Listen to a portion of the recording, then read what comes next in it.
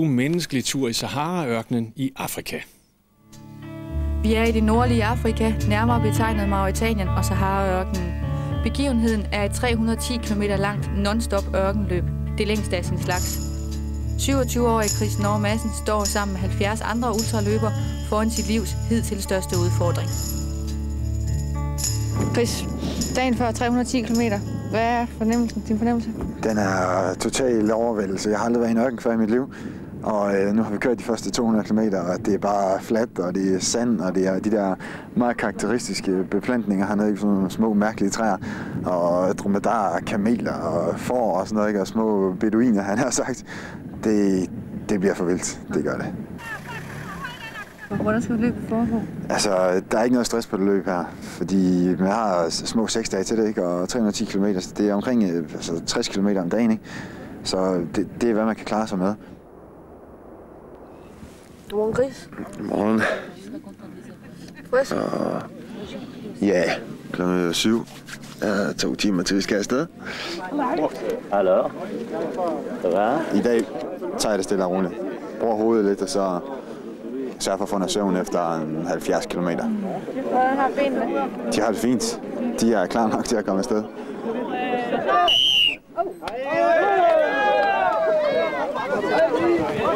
Og solen står lige ned. Ja. Hvordan garderer man sig mod det, tror du? Jamen nu har jeg købt sådan et tørklæde af sådan en flink lille dreng til at vikle omkring hovedet, så jeg rigtig ligner sådan en beduin der. Så nu det er bare tørklæde på hovedet og masser af salt og masser af vand og noget godt energi. Og så bare sørge for at proppe i hovedet hele tiden og hælde i hovedet af vand. Det er varmt nu. Undervejs i løbet er der 14 checkpoints og depoter. Her har løberne mulighed for at hvile, spise og drikke. Hvordan har det været første gang i sand? Fedt nok. Altså, det er for vildt. Altså, det er fedt. Det er der sgu ingen tvivl om. Altså, ja. Den der med at løbe en time og gå i kvarter, den holder jo slet ikke. Gør den ikke det? Nej, sagde man nej. Du går mere, eller hvad? Ja. Ja, løbe 10 minutter og kvarter, og så gå 5 minutter.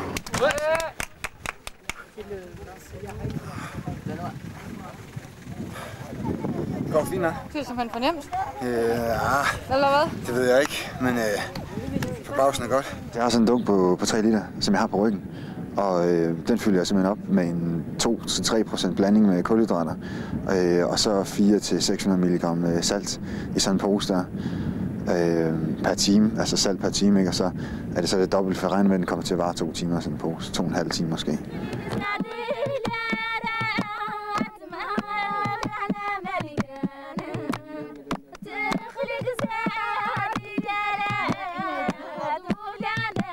Mine fødder de er ved at ømme, men ellers så er jeg i perfekt stand.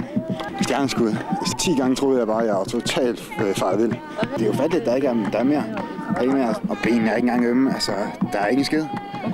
Det er lidt vildt. Så den er lidt lykkefølelse igen. Der er ikke nu af første del i hvert fald overstået.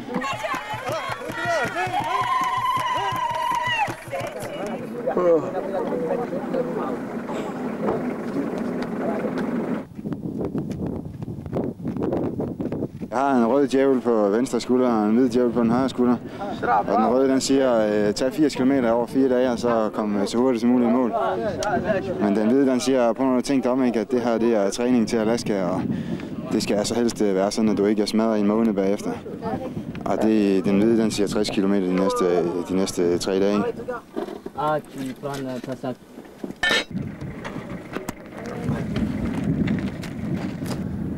Hvordan det der med at skal løbe 60 km op her, ondt i benene dagen efter? Hvad gør man i sådan en situation? Hvad kan man gøre? Man står op, og så fortsætter man. Der er ikke noget, man kan gøre. Du kan ikke sige, om sådan og sådan skal du gøre, for at det går mindre ondt dagen efter. Fordi det er spørgsmålet om at få det kulhydrat, du skal, og det væske og det salt. Så mere kan du ikke gøre der derimod. Altså, det kommer til at gå ondt, og det er jo en del af det. Det er jo lidt også derfor, man er her, tror jeg. Hvad fornemmer man der?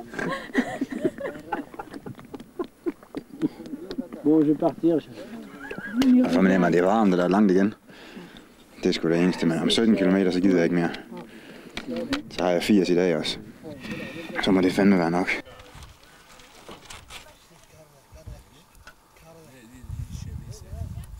Ja. jeg har det perfekt i mine ben og mine fødder. Der er ikke en skid indtil der overhovedet. Så her de sidste 5 kilometer, der har det bare været den der totale lykkefornemmelse. Bare løbe og grine og smile og have det ufatteligt fedt. Ja. Den kom sgu lige pludselig. Bang, så lige pludselig, så kom den bare. Men jeg tror alligevel, jeg sover godt. Ingen tvivl om det.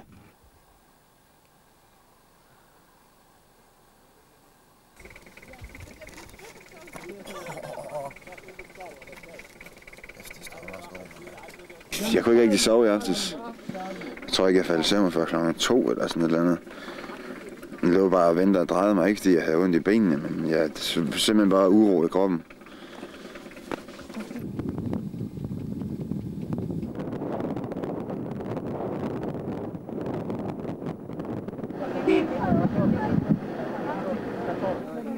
Det er bare irriterende, ikke? På de samme 10 kilometer, ikke? Så begynder man at kunne mærke noget i knæet, at man får blodnæse, og fødderne begynder at gøre pisse ondt, fordi det er varmt, og man kan ikke løbe, fordi det er for varmt, og ikke? Det hele det kommer bare lige pludselig, lige hvor det gik så godt. Og det er sådan lidt træls.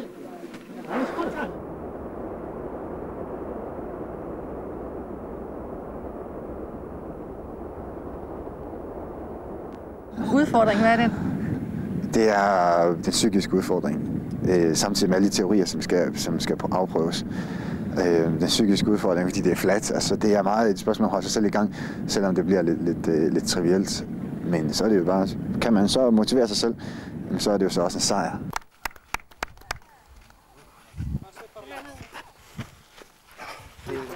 C'est Chris. Chris, comment ça s'écrit? C-H-R-I-S. Hvordan har den her dag været psykisk i forhold til de andre dage? Meget svært, fordi det har været de her lange distancer. Der har ikke været noget afbræk i det overhovedet. Altså lige snart du kommer hen omkring i sving igennem, så fortsætter det bare igen. Og der er intet at kigge på. Jeg så i 3 dromedarer eller sådan noget. Der er nogle beduiner, det er alt. For at undgå middagssiden vælger Chris på 4. dagen at starte med at løbe midt om natten. Det stiller dog ekstra krav til orientering.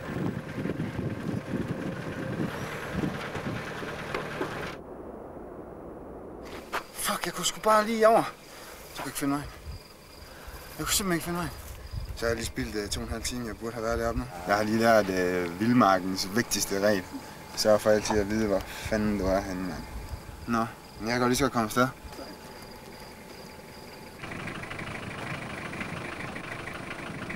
Jeg er simpelthen så galt på mig selv over, at jeg kunne løbe forkert dernede.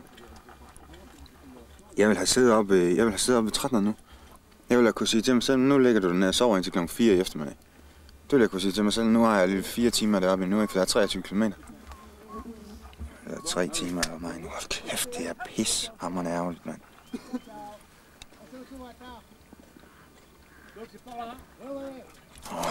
Jeg kan snart mange år de fluer, mand.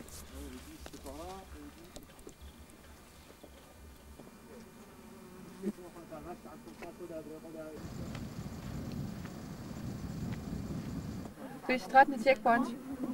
Og lidt over 50 km igen. Hvordan er dagen gået? Jamen, den er sgu gået fint. Der har været alt lige fra løbet forkert i morges og brugt 2,5 timer på det til det vildeste runners high. Der har været lidt af hvert. Nu er jeg ret spændt på, hvad der skal ske de næste 22 km, fordi jeg kan ikke rigtig finde ud af, hvordan jeg har det. Så nu er alt det fede ligesom slut, ikke? Men det kan jo nå at ændre sig lidt. Der kan jo komme mange sjove ting i løbet af en nat. Både problemer at slås med, eller at det simpelthen bare kommer til at gå.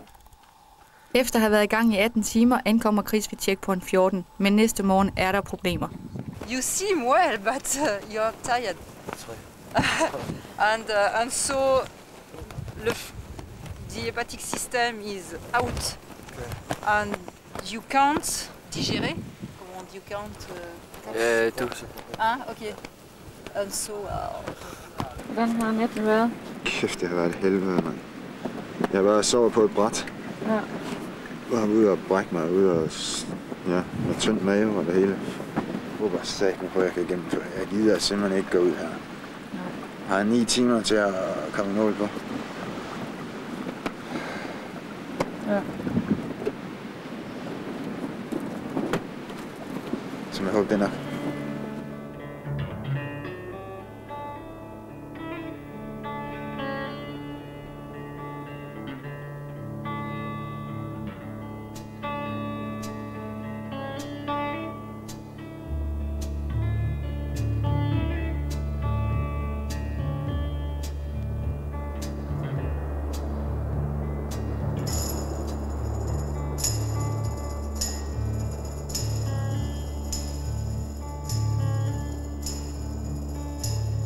the end, beautiful friend.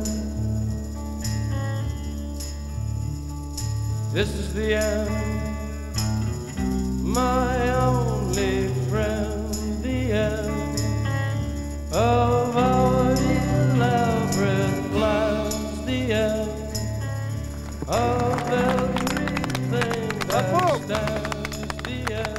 C'est bien, Chris. No 4, 3, 2, 1,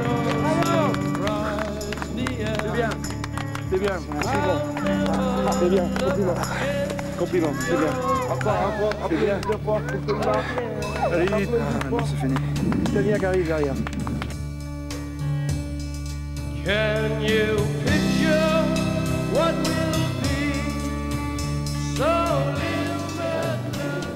Jeg falder ikke, det er slut. Jeg falder ikke, det er slut. Og lige pludselig var der en ende på det hele. Ja, også det i morges, ikke? Jamen, altså, jeg siger, du skal ikke gennemføre det, fordi du kan risikere at blive syg af det. Og så steder man tænker, okay, men på det tidspunkt var jeg lidt ligeglad. Om jeg skulle løbe de sidste 10 km, så sad 20 km der var lidt ligeglad. Men altså, når man tænker sammen, ikke? Altså, det er jo det store projekt, ikke? Og det er også et stort nederlag for en selv, hvis ikke man gennemfører.